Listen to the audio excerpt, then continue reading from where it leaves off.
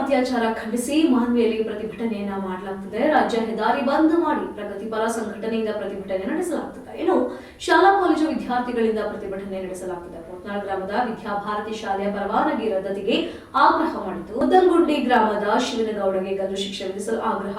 ದೇಶದಲ್ಲಿ ಅನ್ಯಾಯಗಳು ನಡೆಯುತ್ತದೆ. ಸಂಘಟನೆಗಳು ಯಾವ ಮುಲಾಜಿಲ್ಲದೆ ಧ್ವನಿ ಎತ್ತುವ ಕೆಲಸ ಮಾಡಬೇಕು. ಆದರೆ ಮಾನ್ವಿ ತಾಲೂಕಿನ ಮುದ್ದನಗುಂಡಿ ಗ್ರಾಮದ ಪುಟ್ಟ ಕಂದಮ್ಮನ ಮೇಲೆ ಅತ್ಯಾಚಾರವಾದರೂ ಸಹ ಕೆಲ ಸಂಘಟನೆಗಳು ಹೋರಾಟಕ್ಕೆ ಬಾರದೆ ಶಾಲಾ ಆಡಳಿತ ಮಂಡಳಿಯೊಂದಿಗೆ ಶಾಮೀಲಾಗಿದ್ದಾರೆಂದು ಕರ್ನಾಟಕ ರಾಜ್ಯ ಬೇಡರ ಸಮಿತಿ ರಾಜ್ಯಾಧ್ಯಕ್ಷ ಅಂಬಣ್ಣ ನಾಯ್ಕ ವ್ಯಾಗವಾಟ ಕಿಡಿಕಾರಿದರು. ಕೆಲ ಸಂಘಟನೆಗಳ ಮುಖಂಡರಲ್ಲಿ ಪುಟ್ಟ ಹೆಣ್ಣು ಮಕ್ಕಳು ಇದ್ದಾರೆ. ಆದರೆ ಮುದ್ದನಗುಂಡಿ ಗ್ರಾಮದ ಪುಟ್ಟ ಕಂದಮ್ಮನ ಮೇಲೆ ಶಿವನಗೌಡ ಎಂಬ ವ್ಯಕ್ತಿ ಅತ್ಯಾಚಾರ ಎಸಗಿದ ಹಿನ್ನೆಲೆಯಲ್ಲಿ ಶಾಲಾ ಕಾಲೇಜು ವಿದ್ಯಾರ್ಥಿಗಳು ಭಾಗವಹಿಸಿದರೆ ಧ್ವನಿ ಎತ್ತುವ ಸಂಘಟನೆಗಳು ಅಧಿಕಾರಿಗಳ ಜೊತೆ ಶಾಮೀಲಾಗಿದ್ದರಿಂದ ಈ ವ್ಯವಸ್ಥೆ ಮಾನ್ವಿಯಲ್ಲಿ ಇದೆ ಎಂದು ಆಕ್ರೋಶವನ್ನು ವ್ಯಕ್ತಪಡಿಸಿದರು.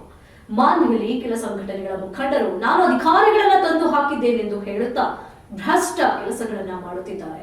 ಕೆಲ ಅಧಿಕಾರಿಗಳು ಕಳೆದ 15 ವರ್ಷಗಳಿಂದ ಮಾನ್ವಿ ತಾಲೂಕಲ್ಲಿ ಕೆಲಸ ಮಾಡುತ್ತಾ ಇದ್ದಾರೆ. ಅಂತವರನ್ನು ಮೊದಲು ಕಳಿಸಿದ್ರೆ ಮಾನ್ವಿ ಶುದ್ಧವಾಗುತ್ತದೆ ಎಂದು ಕಿಡಿಕಾರಿದರು.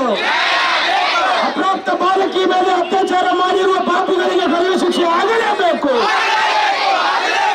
ಜಿಂದಾಬಾದ್ ಜಿಂದಾಬಾದ್ ಜಿಂದಾಬಾದ್ ಜಿಂದಾಬಾದ್. ಶಾಲೆಯ ಲೈಸೆನ್ಸ್ ಅನ್ನು ರದ್ದು ಮಾಡಲೇಬೇಕು.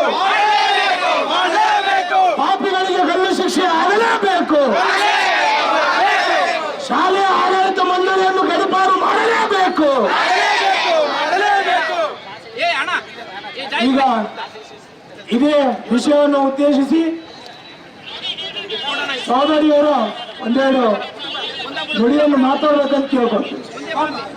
ಇನ್ನ ಅರ್ಧ ಗಂಟೆ ನಿಲ್ಬೇಕಂತ ನಾನು ಕೇಳ್ಕೊಳ್ತಾ ಇದ್ದೇನೆ.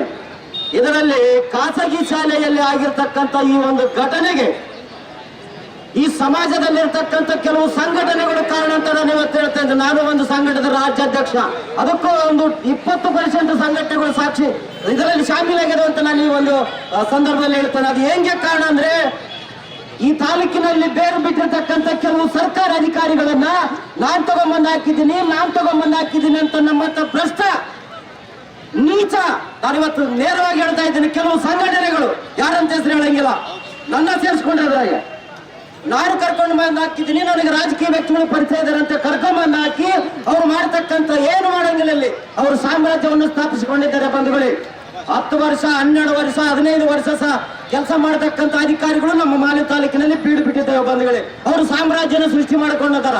ಈ ತಾಲೂಕಿನಲ್ಲಿ ಆಗ್ತಕ್ಕಂಥ ಅಕ್ರಮಗಳಿಗೆ, ಇಂಥ ಕೃತ್ಯಗಳಿಗೆ ನೇರವಾಗಿ ನನ್ನ ಸಂಘಟನೆಗಳು ಸೇರಿ 20% ನಾವು ಶಾಮೀಲಿದ್ದೇವೆ ಅಂತ ನಾನು ಹೇಳ್ತಾ ಇದ್ದೇನೆ. ಬಂಧುಗಳೇ, ಮೊದಲು ನಮಗೆ ಬುದ್ಧಿ ಬರಬೇಕು, ಸಂಘಟನೆಗೆ ಬುದ್ಧಿ ಬರಬೇಕು. ನಾವು ಯಾರಿಗೋ ರೆಕಮೆಂಡ್ ಮಾಡಿ ಅವ್ರಿಗೆ ಹೋಗಿ ಬೇರೆ ತಾಲೂಕಿಗೆ ಹೋಗಿರ್ತಕ್ಕಂಥ ಅಧಿಕಾರಿಗಳು ಕರ್ಕೊಂಡು ಬಂದು ಇಲ್ಲಿ ನಮ್ಮಲ್ಲಿ ಹಾಕ್ಸ್ಕೊಂಡು ನಾವು ಮಾಡ್ತಕ್ಕಂಥ ಚಿಲ್ಲರ್ ಕೆಲಸಗಳಿಗೆ ಅವರು ಸಪೋರ್ಟ್ ಮಾಡ್ಬೇಕಂತೇಳಿ ಅವ್ರು ಹಾಕ್ಸ್ಕೊಂಡ್ಬರ್ತೀವಿ. ಬಂಧುಗಳೇ, ಅದಕ್ಕಾಗಿ ನಾವು ಶುದ್ಧ ಆಗ್ಬೇಕು. ನಾವು ಶುದ್ಧಗಳಾದಂತ ಮಗುವಿನ ಮೇಲೆ ದೌರ್ಜನ್ಯ ಆಗಕ್ಕೆ ನಾವು ಕಾರಣ ಅಂತ ಹೇಳ್ತಿದ್ದೀನಿ.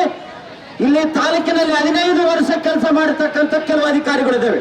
ಅವ್ರ ಬೇರೆ ಕಿತ್ತಬೇಕು. ನಾವು ಮೊದಲು ಈ ಸಂಘಟನೆ ಮಾಡಿ ಈ ಒಂದು ಪ್ರತಿಭಟನೆ ಮಾಡೋದ್ರ ಜೊತೆಗೆ ಅಧಿಕಾರಿಗಳು ಎತ್ತಾಕ್ಸುವಂತ ಕೆಲಸ ಮಾಡಬೇಕು. ಇವತ್ತು ಈ ಒಂದು ಪ್ರತಿಭಟನೆಗೆ ಎಲ್ಲರೂ ಬರಬೇಕಾಗಿತ್ತು. ಬಂಧುಗಳೇ, ಇದು ಯಾರದು ಸ್ವಂತ ಅದಲ್ಲ, ಇದು ನನ್ನ ಮನೆಯಲ್ಲ. ಪ್ರತಿಯೊಂದು ಮನೆಯಲ್ಲಿ ಹೆಣ್ಣು ಮಗಿದೆ. ಬಂಧುಗಳೇ, ನನ್ನ ಮಗಳಿಗೆ ಆಗ್ಯದ ಅಂತೇಳಿ ಬರಬೇಕಾಗಿತ್ತು. ಇಲ್ಲಿ ಬರ್ತಕ್ಕಂಥ ಯಾವ ರಾಜಕಾರಣಿ ವ್ಯಕ್ತಿಗಳಿಲ್ಲ, ಯಾವ ಒಬ್ಬ ರಾಜಕೀಯ ವ್ಯಕ್ತಿಗಳು ಬಂದಿಲ್ಲ ಇಲ್ಲಿ. ಹಂಗಾಗಿ ಇದಕ್ಕೆ ನಾವು ಕಾರಣ, ನಾವು ಶುದ್ಧ ಆಗಬೇಕು. ಮೊದಲು ನಾವು ಶುದ್ಧ ಆಗಲಾರದೆ ಇಂಥ ಕೆಲವು ಕೃತ್ಯಗಳು ನಡೀತೇವೆ. ಬಂಧುಗಳೇ, ಈ ಕೃತ್ಯ ಮಾಡಿರ್ತಕ್ಕಂಥ ಶಿವನಗೌಡನನ್ನ ಆಗ್ಲೇ ಸರ್ಕಾರಿ ಇಲಾಖೆ ಬಂಧಿಸಿದ್ದು, ಪೊಲೀಸ್ ಇಲಾಖೆ ಬಂಧಿಸಿದೆ. ಆದ್ರೆ ಅವನ್ನ ಇಂಥ ಪಬ್ಲಿಕ್ ನಲ್ಲಿ ಕಲ್ಲಿಗೇರಿಸಬಾರದು. ಬಂಧುಗಳೇ, ಅವನ ಕಾಲನ್ನ ಕೈಯನ್ನ ಕಟ್ ಮಾಡಿ ಅವ್ನ ಅಜೆ ಬಿಡ್ಬೇಕು. ಹಂಗಂದ್ರೆ ಅವನು ಹೋಗ್ತಾ ಇದ್ರೆ ಇವನು ಏನು ಮಾಡ್ಯಾನಂತ ಜನ ನೋಡಿದ್ರೆ ಅವನಿಗೆ ಬುದ್ಧಿ ಬರ್ತದ, ಮುಂದಿನ ಪೀಳಿಗೆಗೆ ಗೊತ್ತಾಗ್ತದ ಅಂತೇಳಿ ನಾನು ಒಂದು ಈ ವಿಷಯದಲ್ಲಿ ಮಾತಾಡಕ್ಕೆ ಬಯಸ್ತಿದ್ದೇನೆ. ಬಂಧುಗಳೇ, ಈ ಒಂದು ಎಲ್ಲಾ ಸಂಘಟನೆಗಳು ಪ್ರತಿಭಟನೆ ಹಮ್ಮಿಕೊಂಡಿದ್ದಕ್ಕೆ ಇಲ್ಲಿ ನನ್ನನ್ನು ಕರೆಸಿ ನನಗೆ ಮಾತನಾಡಲು ಅವಕಾಶ ಮಾಡಿಕೊಟ್ಟಂತ ಎಲ್ಲ ನನ್ನ ಸಂಘಟನೆಗಳು. ಬಂಧುಗಳೇ, ನಾನು ಆಗಲೇ ಹೇಳಿದ್ದೀನಿ, ಸ್ವಯಂ